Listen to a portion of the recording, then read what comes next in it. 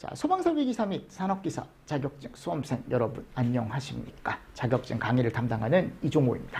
자, 이번 시간에는 2024년 4월 26일 날 기계 실기시험이 있었죠. 그거에 대한 보건 부분 제가 대충 나와서 요거에 대한 해설, 프리뷰를 좀 진행을 하려고 합니다. 일단 여러분들 수업 들으시고 시험 보시느라 정말 수고 많으셨습니다. 여러분들 이번에 뭐 잘 되신 분들도 있을 거고 틀림없이 잘 안 되신 분들도 있을 거예요. 근데 제가 그랬죠. 자격증 공부는 언제든지 여러분들이 합격을 하실 수 있는 시험이기 때문에 한번 떨어졌다고 해서 안 해 라고 하지 마시고 끝까지 좀 해보셨으면 좋겠습니다. 근데 이번 시험 난이도 자체가 그렇게 높진 않았어요. 저는 한 중정도다라고 생각을 하고 합격률도 한 35% 내외로 나오지 않을까라고 생각을 합니다. 조금 적게 잡으면 30% 초반일 것 같고요. 한 30에서 35% 사이 왔다 갔다 할 것 같습니다.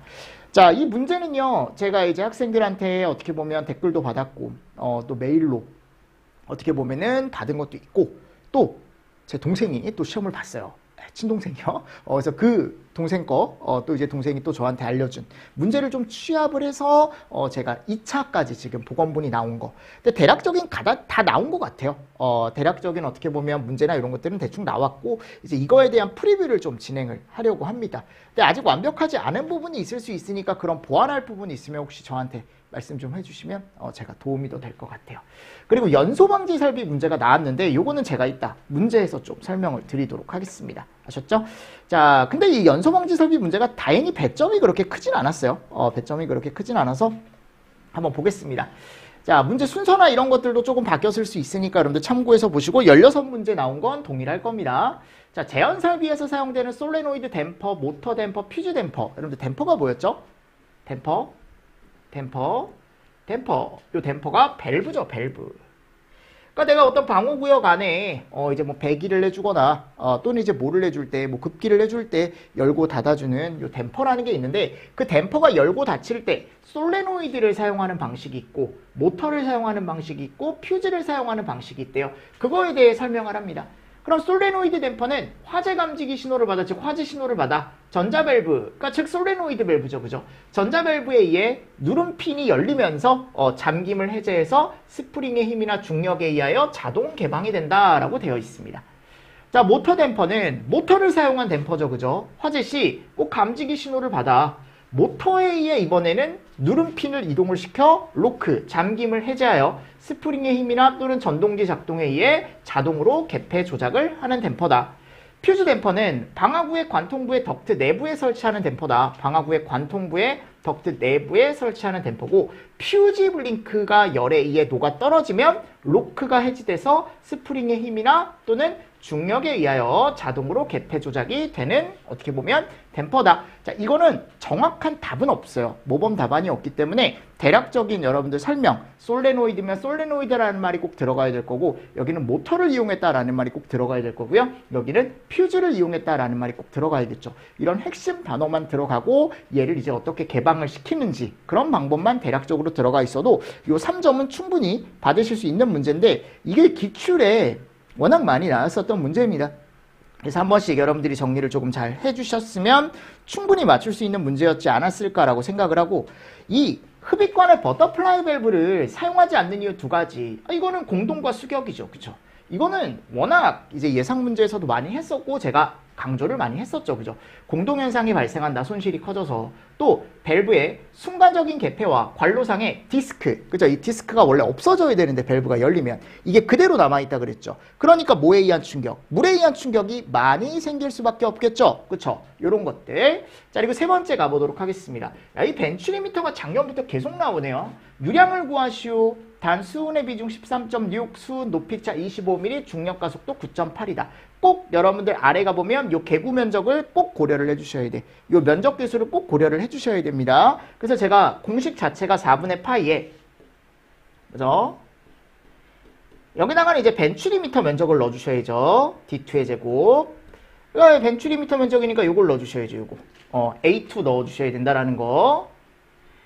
그리고 아래다가 루트의 1 마이너스 여기는 A1분의 A2 그죠? 제곱 넣어주시면 되겠죠.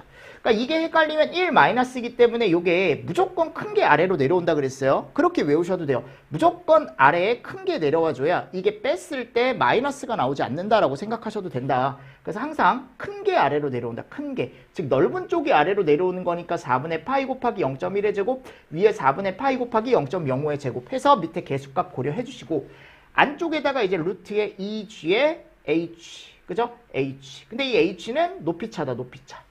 넣어주시고 여기다가 뭐 해줘야 돼요? 우리 기본적으로 우리는 아래다가는 감마 워터 그리고 위에다가는 뭐 감마 s 뭐 감마 제로라고 하셔도 되고요. 마이너스 1 그죠? 그럼 얘가 뭐예요? 물이고 얘가 수은이죠.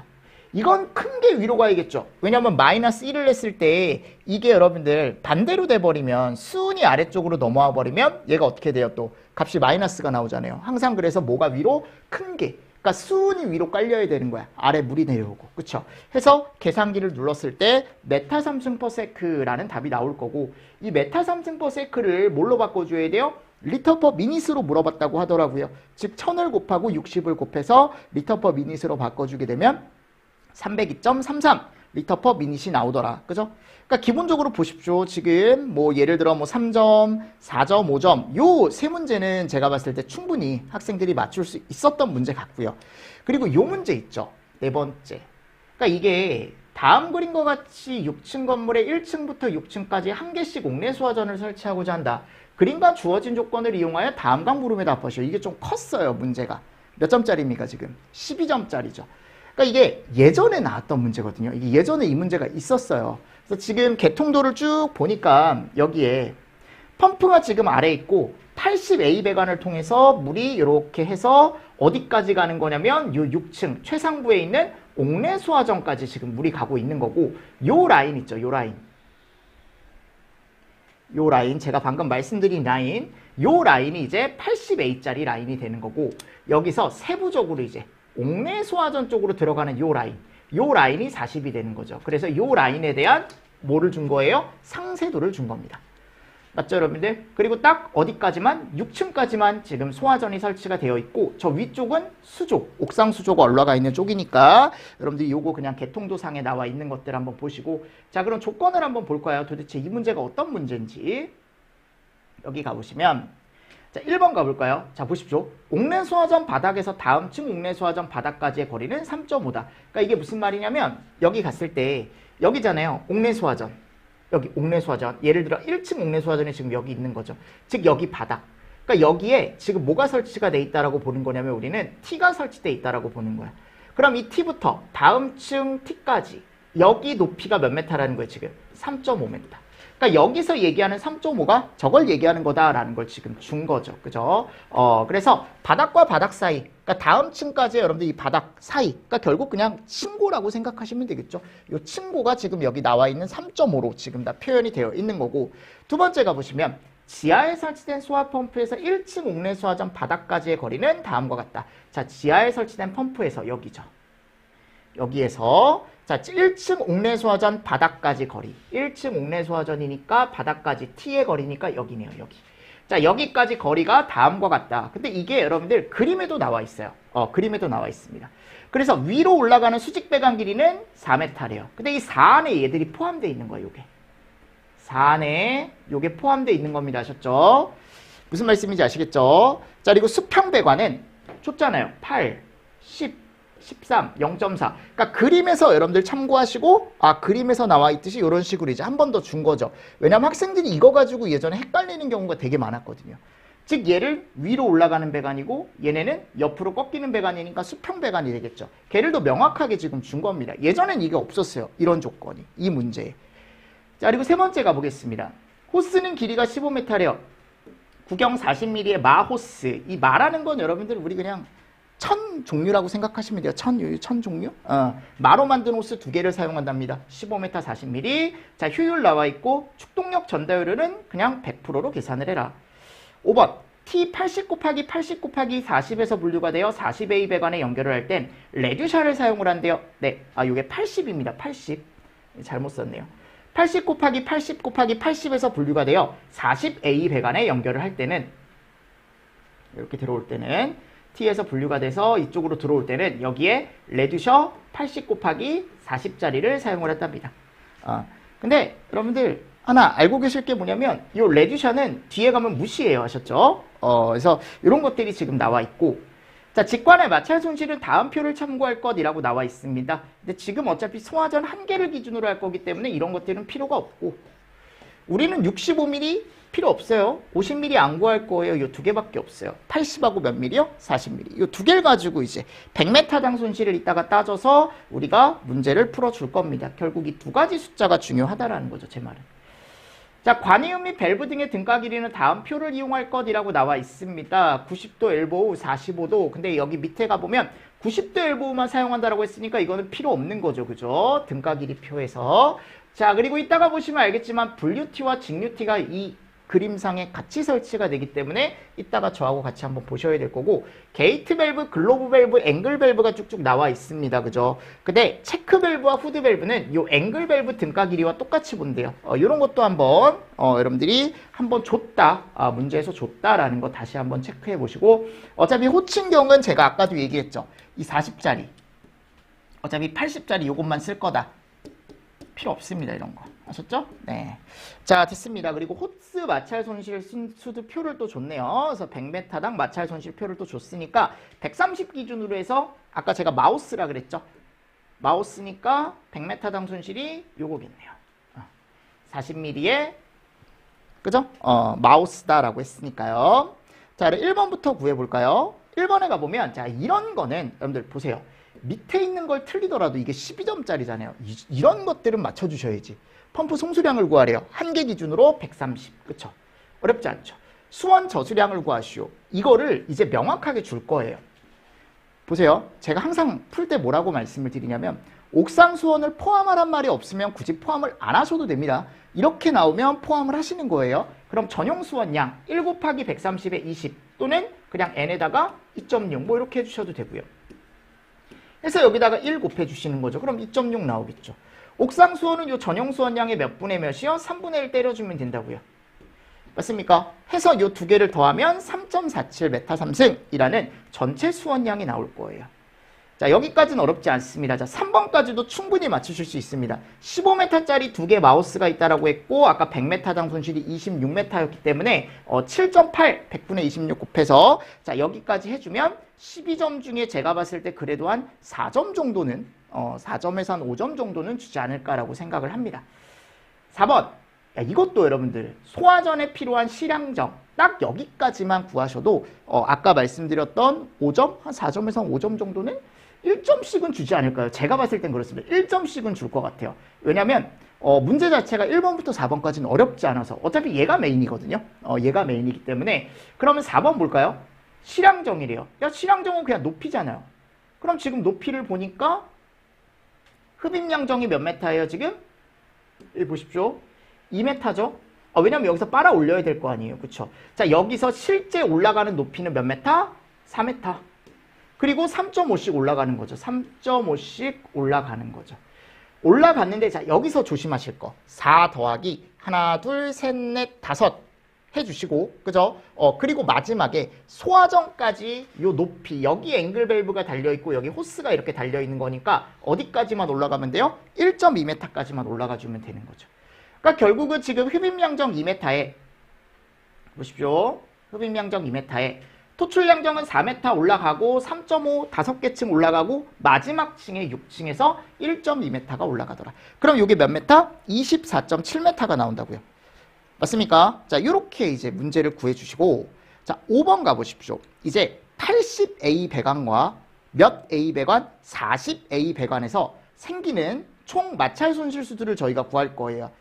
그죠? 그럼 지금 문제에서 어차피 레듀샤 없는 건 무시하는 거. 레듀샤 없었어요. 아까 표에. 그죠? 그러니까 레듀샤는 없다라고 생각하고 그럼 지금 요거는 어차피 요 부속품하고 같이 보시는 거예요. 레듀샤는 어차피 무시하시는 거고 제가 그냥 여기서 그냥 써놓은 거예요. 여기다가 자, 흡입 배관 길이 몇 메타예요? 2m. 그죠? 그러니까 지금 여기 가보시면 어차피 마찰 손실을 구해야 되니까 배관에서 생기는 마찰 손실이니까 총 배관 길이를 구해야겠죠. 그럼 여기 몇 메타? 2m 있고. 그죠? 그리고 여기 또 몇 메타 있어요? 4m 있잖아요. 맞습니까? 근데 이건 수직 배관 길이고 수직 배관 길이니까 이게 지금 4에 다 포함된 거예요. 그리고 수평 배관 길이가 이런 거죠. 이런 거. 이런 걸 또 다 더해 주시고 나머지 3.5m씩 또 몇 개? 5개를 또 더해 주셔야겠죠. 그래서 지금 그림상에 가보면 어떻게 돼 있습니까? 여기 지금 풀이상에 가보면 2, 4 수평 들어가 있고 1층 소화전부터 6층 소화전 입구까지 3.5가 몇 개? 5개. 그 이거 다 더해 주시면 몇 메타가 나오더라? 54.9m가 나오더라. 그럼 이거를 여러분들 조건상에 이제 80A에 100m당 갈 때 손실 0.71 곱해서 이렇게 손실을 구해 주셔야겠죠. 40A는 아까 배관 상세도에 나와 있듯이 오른쪽에 요거죠, 요거. 0.6 더하기 1 더하기 1.2에서 여러분들이 또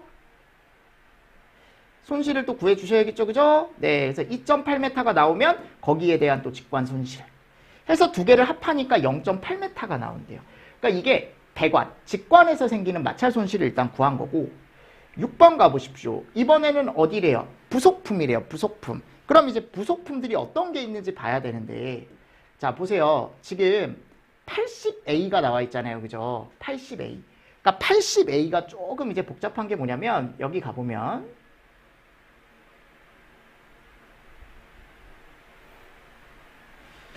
여기에 어떤 것들이 들어가 있습니까? 여기 체크 밸브 들어가 있죠. 그죠? 그리고 후드 밸브 들어가 있고요. 맞나요? 그래서 체크 하나, 후드 하나. 그리고 여기 뭐 들어가요? 하나, 둘, 셋, 넷, 다섯, 여섯. 90도 엘보우가 몇 개나 들어가요? 이게 다 90도 엘보우예요, 여러분들. 90도 엘보우 6개 들어가고 자, 여기에 이제 T들이 들어가거든요. 둘, 셋, 넷, 다섯, 여섯. 그쵸? T가 6개인데 우리가 항상 어차피 펌프 입장에서는 그죠? 뭐 동력값이나 이따가 우리가 전향전 값을 구하거든요. 전향전 값을 산정할 때는 이런 소화전을 기준으로 하는 게 아니고 가장 먼 소화전에 물이 나갈 때 가정하고 문제를 푸는 거거든요. 그러니까 항상 우리는 여기서 물이 나간다라고 가정을 하고 문제를 푸시면 되는데 문제가 여기에 T는 여기만 물이 나간다라고 하면은 어떻게 되는 거야? 갔을 때 얘가 어떻게 돼요? 훅 그냥 지나가겠죠. 그쵸? 그러니까 무슨 T다 이건? 직류-T. 요것도 직류-T. 직류-T, 직류-T, 직류-T. 여기가 분류-T. 그래서 아까 마지막에 분류-T가 이렇게 달려있는 거야. 분류-T. 80 곱하기 80 곱하기 80짜리가. 그래서 보십시오.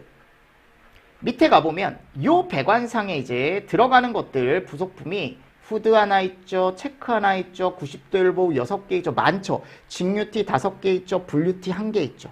해서 얘네들에 대한 등가 길이를 또 다 더해서 51m가 나왔고 이거에 대한 또 손실을 구할 수가 있겠죠? 표에서 그래서 100분의 0.71이다.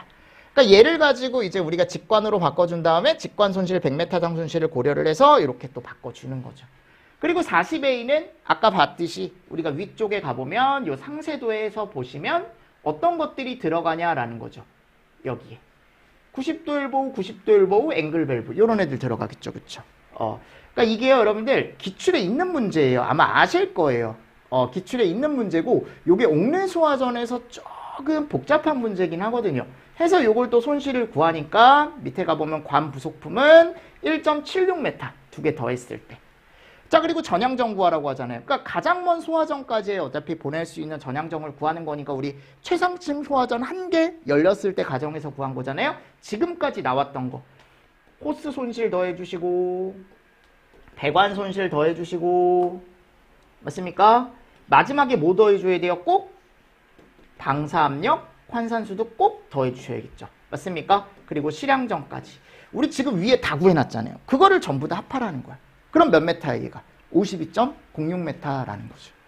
그러니까 제 개인적인 생각입니다. 여러분들 이거를 다 틀리라는 게 아니고 만일 내가 실수를 했다라고 해서 4번까지만 맞춰주시면 저는 4점은 줄 거라고 생각해요. 제 개인적인 생각은. 뭐 예를 들어 그렇다라는 거죠. 나머지가 좀 배점이 크겠죠, 아무래도.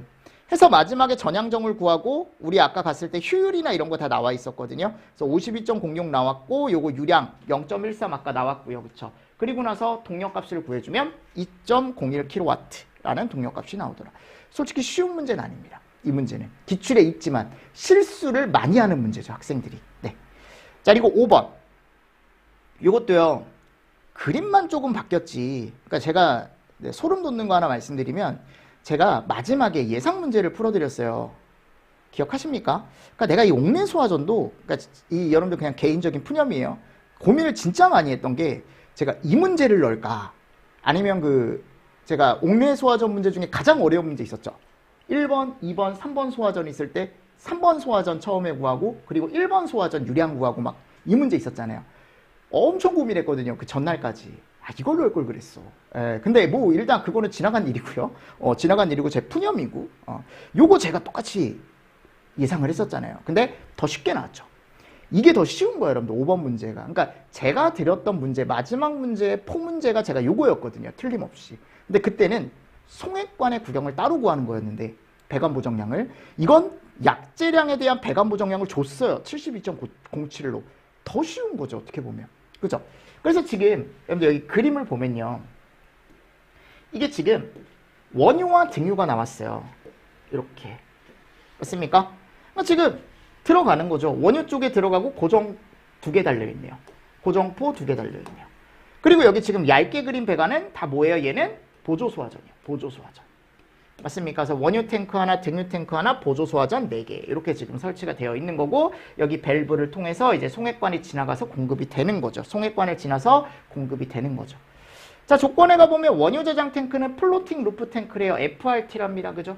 탱크 내 측면과 곡돌이판 사이의 거리 줬고요. 빼줘야겠죠. 방출구 2개.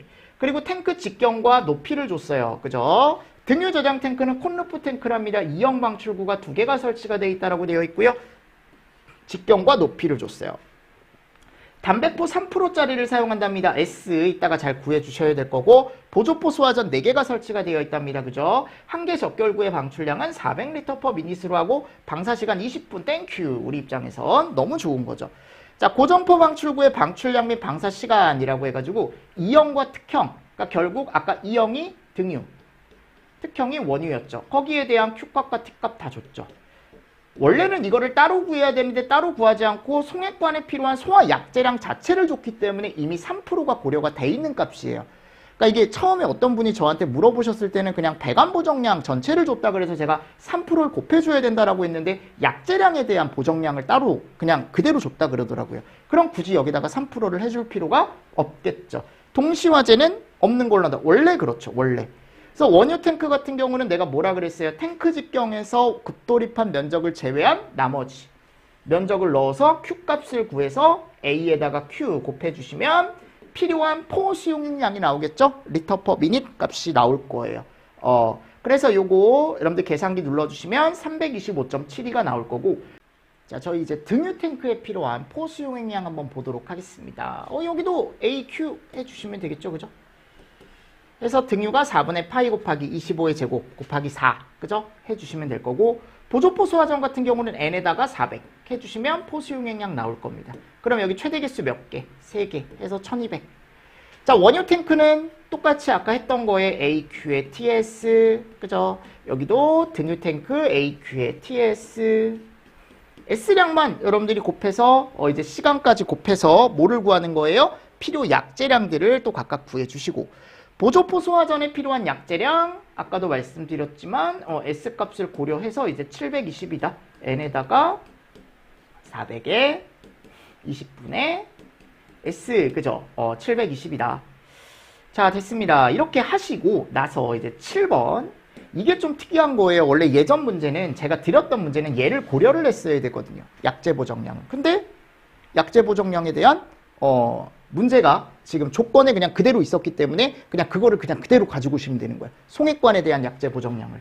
원래 이거를 따로 했었어야 됐잖아요. 그죠? 근데 지금 문제 조건에서 제시한 송액관 약재량을 그냥 더해서 해라라고 했으니까 이거 2개 다 해주실 필요 없다 그랬죠. 그죠? 2개 중에 많은 거. 경유 탱크. 등유 탱크죠. 등유 탱크. 등유 탱크 가지고 오시고 여기다 이제 보조포. 그리고 약재 보정 해주시면 2559.22리터가 나오겠죠. 맞습니까? 솔직히 얘기할게요. 이 문제는 틀리시면 안 돼. 이 문제는 절대 틀리시면 안 됩니다. 그래야 9점을 그대로 가져가시는 거예요. 이거는. 아셨죠? 이런 문제는 절대 틀리시면 안 되고 6번 문제도 마찬가지. 이것도 기출에 있는 거잖아요. 그죠? 헤드 1번의 방수압이 0.1이래요. 자, 방수량이 80인 폐쇄형 헤드의 수리 계산에 대하여 조건을 참고하여 다음과 물음에 답하시오. 계산 과정을 쓰고 최종답은 반올림하여 소수점 둘째 자리까지 구하시오. 그러니까 이 문제를 이제 잘 보실 게 뭐냐면 1번에서 5번까지 헤드마다 방수 압력차는 0.0이다. 계산 시 헤드와 가지 배관 사이의 마찰 손실은 무시하고 AB 배관 사이의 마찰 손실 여기 0.03이다라고 줬죠 지금. H1 헤드에서의 방수량은 80이다. 여기가 81이에요. 그러면 1번 A점에서 필요한 최소 압력 여기를 물어본 거예요. 여기가 아니고 B를 물어봤으면 얘를 더하는 게 맞는데 A를 물어봤잖아요.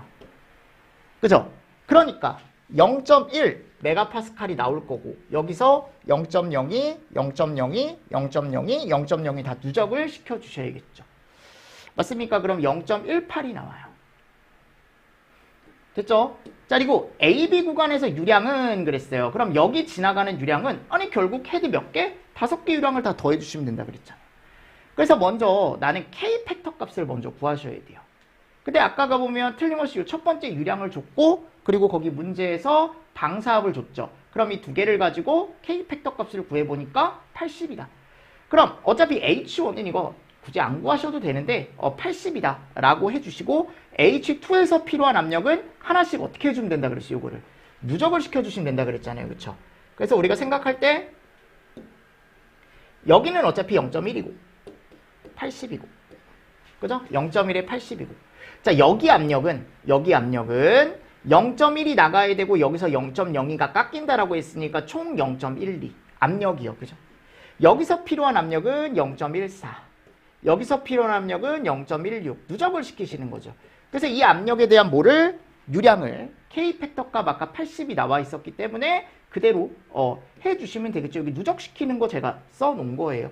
그럼 각각에 대한 유량 값이 나올 거고 요거를 다 더해서 계산기를 눌러주시고 AB 구간에서 내경은 어차피 얘 자체가 지금 뭐기 때문에 Q기 때문에 그리고 지금 무슨 배관이에요? 가지 배관이죠. 여기는 아래가 교체 배관이고 여긴 가지 배관이에요. 그래놓고 밀리미터를 구하랍니다. 그럼 요게 이제 40.81 밀리미터. 예전에는 요게 미터로 나왔었어요. 미터. 그죠? 그리고 AB가 요게 바뀔 수 있어요. 여기가 B고 여기가 A일 수 있어요. 그러니까 그런 것도 잘 보셔야겠네 이제. 그러니까 문제를 이게 교묘하게 조금씩 이렇게 바꿔놓더라고요. 요즘 똑같이 안 나오고 이런 게 이제 있었다라는 거지 제 말은. 7번. 자, 요게 5점이에요. 자, 보세요. 요 문제는 여러분들 무조건 맞추셔야 돼요. 7점짜리는. 그래야 합격할 수 있어요. 7번. 요거는 제가 봤을 때 제 생각입니다. 저는 틀려도 된다라고 생각합니다. 요거 5점. 그냥 날려버리셔도 돼. 솔직히 얘기하면. 근데 이 문제가 제가 항상 얘기하는 게 뭐냐면 전 이 문제가 안 나왔으면 좋겠어요. 왜냐하면 안 맞아요. 현실하고 실무하고. 왜냐면 저도 이제 지인들이 있을 거 아니에요. 뭐 설계업체를 직접 다니시는 분들, 그러니까 단연 뭐 10년 넘게 설계한 사람들도 있고 실제 공사를 하시는 분들도 있고. 근데 이 연소방지 설비 자체가 여러분들이 지하구에 이거를 깔 때 기준 그대로 적용하기가 생각보다 쉽지가 않대요. 지하구 모양이 천차만별이고 무슨 말씀인지 아시겠죠? 그리고 또 여기에서는 우리가 항상 뒤에 가보면 전용 헤드를 설치한다라고 하는데 전용 헤드를 설치하는 경우가 없다라고 얘기를 하더라고요. 그러니까 좀 약간 실정에 맞는 문제를 좀 냈으면 좋겠어요. 제 생각입니다. 그냥 개인적인. 그리고 이 문제가 또 아쉬운 게 뭐냐면 자, 일단 여기 환기구가 지금 있죠.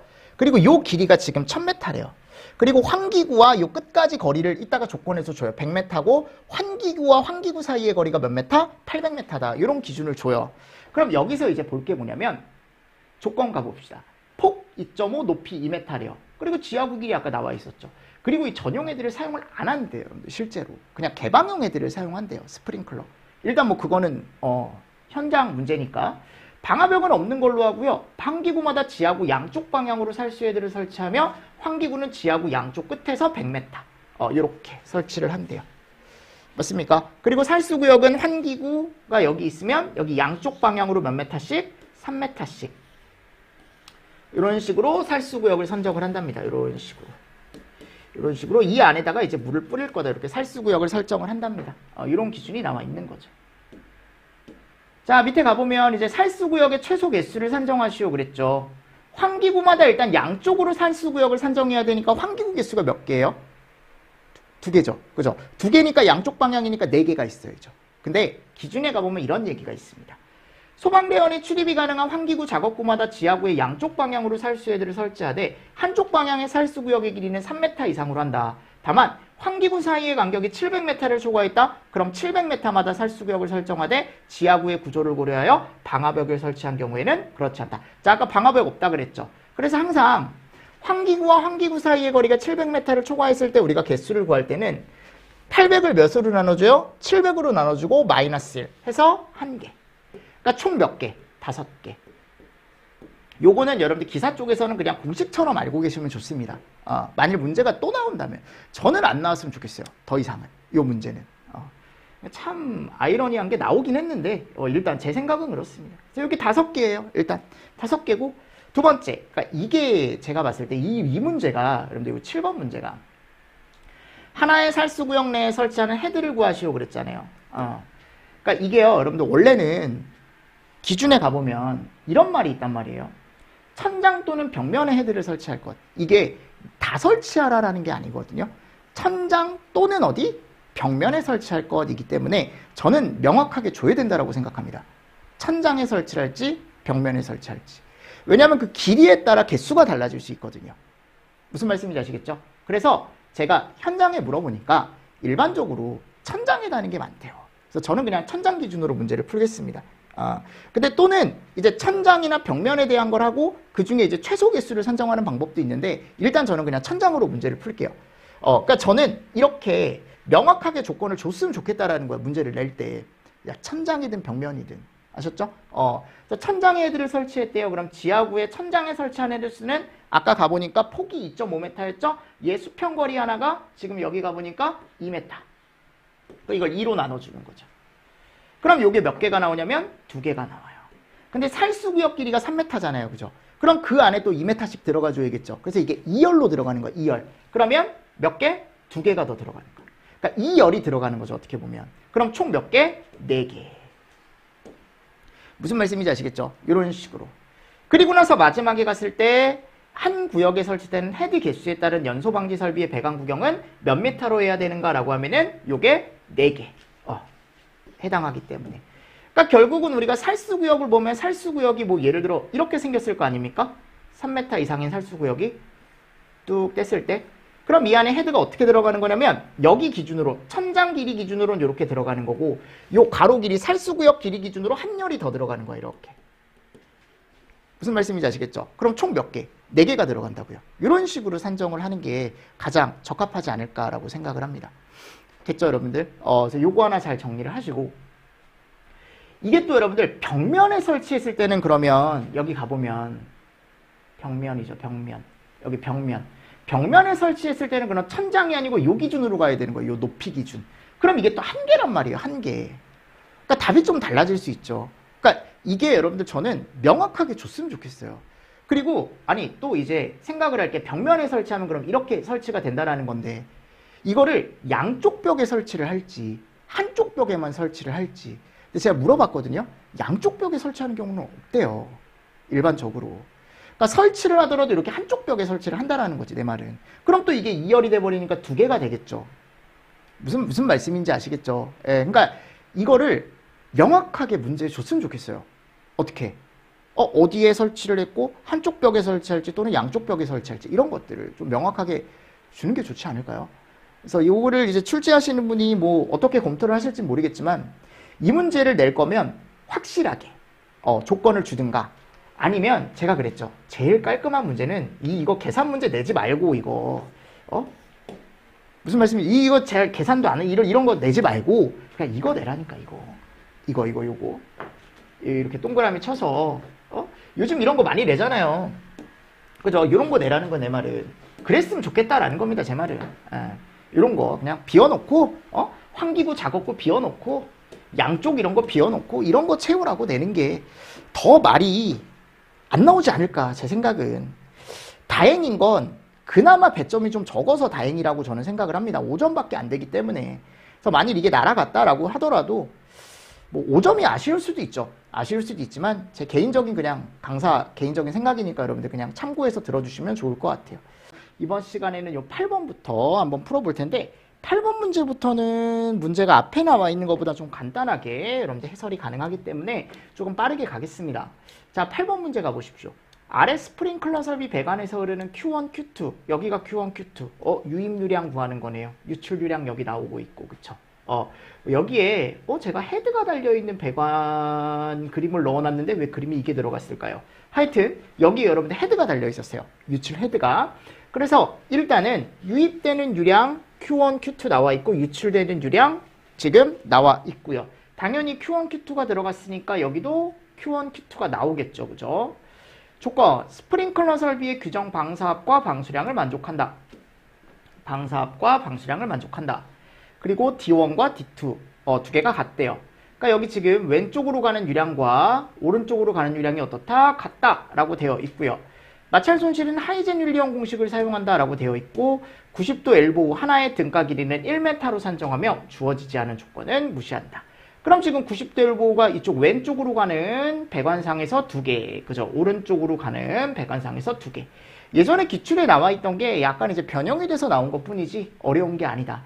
그리고 지금 어차피 헤드가 하나가 달려있기 때문에 Q1 플러스 Q2는 얼마일 거다? 80이다. 요것만 잘 체크하시면서 문제를 풀어주시면 되겠죠. 그래서 Q1 플러스 Q2는 80이고 항상 이런 문제가 나오면 이쪽 왼쪽으로 도는 손실과 오른쪽으로 도는 손실이 어떻다? 같다. 그래서 하이젠 윤리엄에 대입을 해주시는 거죠. 맞죠, 여러분들? 자, 그럼 여기 갔을 때 이제 어떻게 되는 거예요? D1, D2 같다라고 했으니까 날아가고. 맞죠, 여러분들? 날아가고, 그리고 100 그대로 줬죠. 그럼 얘가 이제 미지수로 남게 되는 거다. 그럼 지금 날아가는 것도 이런 다 날아가는 거 아닙니까? 이게 다 날아가고, 그죠? 요것만 잘 체크하시면 되겠네. 왼쪽으로 가는 것과 오른쪽으로 가는 거, 그쵸? 그러면 엘보우가 2개씩 달려있는 거 1m씩, 여기가 보면 등가 길이 1m로 한다라고 했으니까 잘 해줬고요. 그리고 위쪽에 가보면 배관 길이 5, 18, 5, 12 제대로 더해줬나 볼까요? 제대로 더해줬네요. 그러면 결국 요거를 정리를 해주게 된다면 요런 관계식에 의해서 Q1과 Q2 값이 나오더라라는 겁니다. 그죠? 그래서 이렇게 나오고 얘를 정리하면 Q1에 대한 뭐가 나올 거다? 하나의 관계식 하나가 더 나올 거다. Q1 플러스 Q2가 80이므로 얘를 여기다가 대입을 하게 된다면 그죠? 자, 얘가 0.87 Q2래요. 그럼 여기 1이 있으니까 1.87 Q2는 80. 그럼 Q2는 42.78이고 Q1은 80에서 42.78을 빼주면 Q1에 대한 유량이 나오겠죠. 그래서 2개 유량 답으로 써주시고 마무리해 주시는 겁니다. 솔직히 이런 문제는 뭐 강사 입장에서도 그렇고 학생들 입장에서도 그렇고 괜찮은 문제다라고 저는 생각을 합니다. 여기 6점짜리네요. 그죠? 자, 그리고 9번. 야, 주차장이에요. 가로, 세로, 물분무. 오랜만에 나왔네요. 주차장. 5 곱하기 8 하면 40m 제곱이죠. 근데 차고 주차장에선 제가 뭐가 있다 그랬어요. 최소 면적이 있으니까 꼭 얘를 최소 면적으로 바꿔주시고 차주인이 20대라 그랬죠. 차고 주차장 20 얘를 암기를 하셔야지. 차주인이 20대다 성공했네. 그치? 그래서 여기 20을 넣어서 토출량을 구해주시면 1000이다. 그리고 나서 두 번째 뭐를 구하래요? 저수량 20분 동안 사용할 수 있는 양을 저장을 하는 거니까 20m 3승. 그죠? 10번 다음 어느 실들의 평면도이다. 이 중 A실을 급기가합하고자 할 때 주어진 조건을 이용하여 다음 각 물음에 답하시오. 이 문제는 워낙 기출에 똑같이 나왔던 문제고 충분히 답 푸실 수 있을 겁니다. 맞습니까? 그러니까 제가 이제 신기한 게 뭐냐면 작년부터 제가 그랬죠. 제가 예상 문제 할 때 뭐라고 했습니까? 여러분들 이 재현 설비에서 틈새 면적 구하는 걸 되게 좋아하시는 분이 지금 문제를 내시는 것 같다. 지난번에 3번이 나왔다. 작년에. 올해도 나올 수 있다. 나왔잖아요. 그죠? 정말 좋아하시나 봐요. 정말 좋아하시나 봐요. 하여튼 A실을 급기가합하고자 한답니다. 그랬을 때 제가 여기 갔을 때 일단 이 두 가지 조건을 통해서 차압을 구할 수가 있고요. 각 실의 틈새 면적 0.01씩 해서 들어가 있답니다. 지금. 그럼 제가 어떻게 해야 된다 그랬죠? 얘네 두 개는 어떻게 해요? 처음에 직렬. 그죠? 그리고 요 세 개는 병렬. 맞습니까? 그리고 나머지는 직렬. 이런 식으로 해서 먼저 뭐를 내줘라? 총 틈새 면적을 구해줘야겠죠. 그죠? 그래서 그 총 틈새 면적을 어디다가? 여기 A에다가 넣어주시는 거죠. 그래서 5번부터 6번까지 직렬 공식으로 풀어줍니다. 직렬. 그리고 병렬. 마지막에 최종적으로는 직렬 공식에 넣어서 풀어주시면 돼요. 이 문제는 기출에 똑같이 있는 문제입니다. 그래서 6째짜리, 5째짜리까지 이거 보통 구하라고 하죠. 자, 근데 요게 이제 차압이 바뀔 수 있다라고 했는데 기출에 있는 건 이게 200파스칼인가 그럴 거예요. 그 차압이. 근데 여긴 100파스칼로 나왔죠. 그래서 아까 급기량 공식에다가 대입을 해서 소수점 안에 4째짜리까지 또 나타내래요. 나타낸다면 이런 식으로 답을 해주실 수 있겠죠. 그쵸? 요 문제도 절대 틀리시면 안 되는 문제 중에 하나죠. 네. 그래서 자료 참고하셔서 여러분들 참고해 주시고요. 11번. 이 문제 예전에도 나왔던 문제죠. 이산화탄소 45kg 20도 대기 중에 방출이 됐다. 다음 물음에 답하시오. 대기압은 표준 대기압으로 산정한다. 그럼 표준 대기압은 우리가 보통 얘기했을 때 뭐 1atm으로 보시면 되겠죠. 그럼 그때 이제 이상기체 상태의 상수는 이런 식으로, 그죠? 얘를 갖다 써야겠죠? 그러니까 지금 부피를 먼저 산정해라 라고 했으니까 지금 45kg 나와 있고 온도 나와 있고 압력 R값 있습니다. 그럼 PV는 M분의 WRT이고 우리는 V를 구하는 거니까 MP분의 WRT. 그쵸? 여기다 대입만 해주시면 되는 거죠. 24.57. 그리고 나서 2번. 이산화탄소 가스 농도를 구하시오. 방호구역에 최적이 나와 있네요. 그럼 90에다가 약제 최적 방금 나온 거 대입하고 위에다가 24.57 해서 맞습니까? 곱하기 100. 이거 제가 오타는 빠진 것들은 제가 넣어서 다시 올려드릴게요. 곱하기 100 하면 21.45 이렇게 나오겠죠. 그쵸? 됐죠? 네. 그래서 농도 값이 나오면 이렇게 해서 5점짜리 또. 그러니까 지금 8번, 9번, 10번, 11번은 그나마 지금 괜찮은 문제들이고 제가 그랬죠. 여러분들 뭐라고 했냐면 보세요. 시험장치 기준하고 자동소화장치 기준은 틀림없이 제가 강조했습니다. 네. 마지막에 나올 수 있다. 특히 시험장치 기준. 그쵸? 지난번에 그림이 나왔기 때문에 이번에 쓰는 게 나올 수 있다. 쓰는 거 나왔잖아요. 자동소화장치 안 나온 지 오래됐다. 나왔잖아요. 그쵸? 맞잖아요. 여러분들. 그래서 시험장치 설치 목적, 유수검지장치 동작 확인, 뭐 설비의 규정 방수압, 방수량, 설치 기준에 안 맞은 단어를 채우시오. 25. 그죠? 개방형 헤드, 오리피스 이렇게 이제 써주시면 되는 거예요. 이런 것들을. 아셨죠? 그래서 이것도 여러분들 5점 충분히 가져갈 수 있는 문제고요. 13번. 요건 기출에서 이제 나오는 문제인데 항상 가로 위치가 바뀌는 거예요. 여러분들 맨날. 그죠? 그래서 채울 수 있게 여러분들 정리를 조금 잘 해주시면 좋을 것 같습니다. 무슨 말씀인지 아시겠습니까? 네, 해서 이것도 우리가 뭐 방출구, 차단장치, 수신부, 천장 30cm, 바닥 30cm. 그러니까 공부를 여러분들이 확실하게 하시고 기출에 있는 것들 많이 보셨으면 충분히 풀 수 있는 문제 중에 하나라고요. 요런 문제, 요런 문제, 그죠? 요런 문제. 14번. 이것도 예전에 있던 문제잖아요. 5개 소화전 문제. 맞습니까? 그래서 도면상에 이렇게 나와 있을 때 1번에서 뭘 물어봤냐면 수평거리. 최대 수평거리니까 이게 40m 이하잖아요. 그럼 40m. 설치해야 할 5개 소화전의 최소 개수. 이거 어떻게 한다라고 했습니까? 둘레 길이 더해서 40, 40 양쪽. 즉 몇 메타? 80m를 나눠주셔서 개수를 5개로 산정할 수가 있다라고 제가 틀림없이 말씀을 드렸었죠. 맞나요? 그래서 5개 이렇게 되는 거죠. 5개. 자, 3번. 펌프의 최소 토출량을 계산하시오. 2에다가 몇 곱하면 돼요? 350 곱하면 되죠. 700. 맞나요? 오케이. 4번. 수원의 최소 유효 저수량을 계산하시오. 20분 기준으로 해서 14m 삼수. 네, 이 문제는 따로 제가 설명드릴 건 없을 것 같아요. 네. 근데 이 문제가 몇 점짜리였죠? 여기 6점. 그쵸? 6점. 15번. 네, 요거는 기술하는 문제죠, 여러분들. 그래서 10초, 뭐 2분, 1분, 1분, 95%. 이거 다 외우고 가는 기준이잖아, 여러분들. 6번을 틀리더라도 요 5개 맞추셔야지. 6번을 틀리더라도 요 5개 맞추셔야죠. 자, 16번. 야, 요게 조금 어려운 문제죠. 인명구조기구. 그러니까 이게 여러분들 인명구조기구 문제를 저는 이렇게 세부적으로 나올 거라고 솔직히 예상은 잘 못했거든요. 근데 이게 배점이 좀 커요, 여러분들. 그죠? 그러니까 요 9점짜리가 조금 애매하더라고요. 크리티컬하게 좀 우리한테 다가올 수 있을 것 같아서. 근데 특정 소방 대상물 3개를 줬죠. 지하층을 포함한 층수가 7층 이상인 관광호텔을 줬고 영화관 바닥 면적 500이래요. 할로겐화합물 소화 설비가 설치가 되어 있대요. 1번 영화관 수용 인원을 계산하시오. 여러분들 영화관이 특정 소방 대상물의 용도 분류에서 뭐냐면 문화 및 집회시설이에요. 문화 및 집회시설. 자, 문화 및 집회시설은 4.6으로 계산을 합니다. 바닥 면적을 4.6으로 나눠요. 요게 법규에 나와요.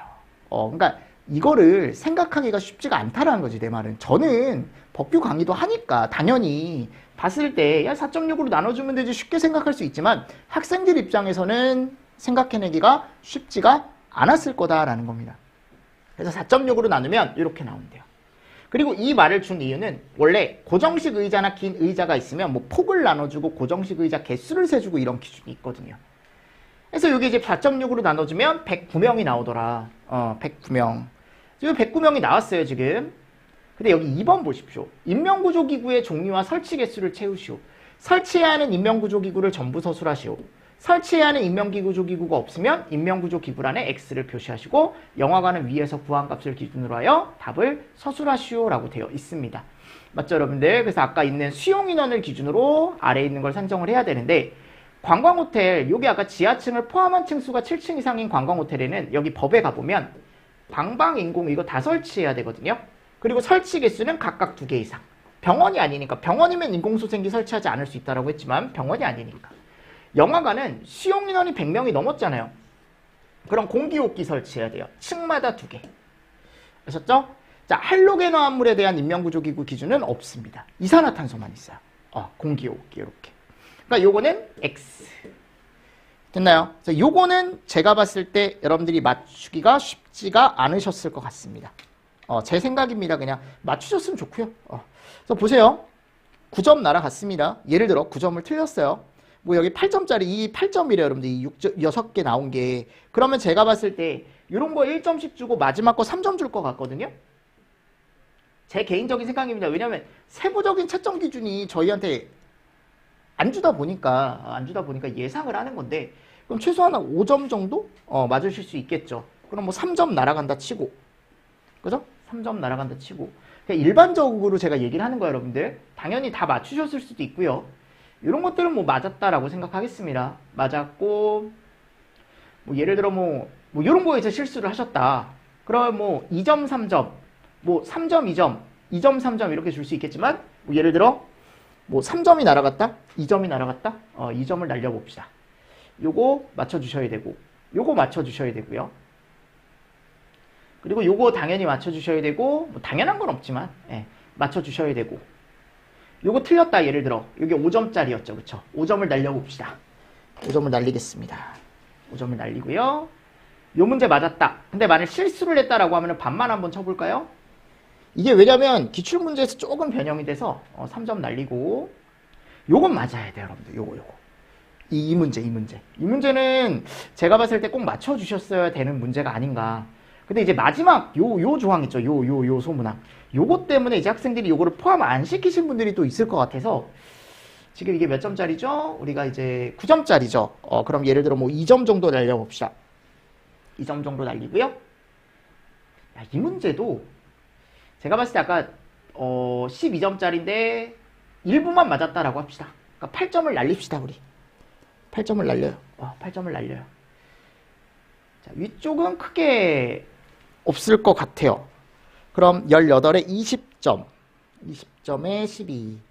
32점 날아가니까 68점이에요. 이렇게 날려도. 만일 이거 못 썼다. 65점. 이런 식으로. 그러니까 60점 이상이니까. 그러니까 저는 60점 이상 맞기는 괜찮은 시험이다라고 저는 생각을 합니다. 정말 개인적인 생각이고요. 반박하실 수도 있어요. 그렇지 않다라고 하실 수도 있지만 제 개인적인 강사 생각이니까 그냥 참고만 해서 보시면 좋을 것 같습니다. 자, 됐습니다. 그래서 1회차 문제를 제가 이렇게 이제 설명을 드렸어요. 여러분도 혹시 개인적인 의견 다른 것들 있으시면 저한테 서슴없이 주시면 제가 또 답변을 드리도록 하겠습니다. 아셨죠? 자, 여러분들 정말 시험 보시느라 수고 많으셨고요. 그리고 개인적으로 혹시나 본인이 이런 식으로 답을 썼는데 답으로 인정됩니까? 이런 개인적인 질문 있죠? 그런 것도 여러분들 해주세요. 카페나 또는 이제 유튜브 밑에 댓글에 달아주셔도 되고요. 아셨죠? 일단 시험 보시느라 정말 수고 많으셨고요. 2회차 때도 제가 또 어떤 특강이나 이런 것들 준비해서 여러분들 합격하실 수 있게 제가 도와드리도록 하겠습니다. 아셨죠? 자, 여러분들 지금까지 이종호였고요. 수고 많으셨습니다. 수고하셨습니다.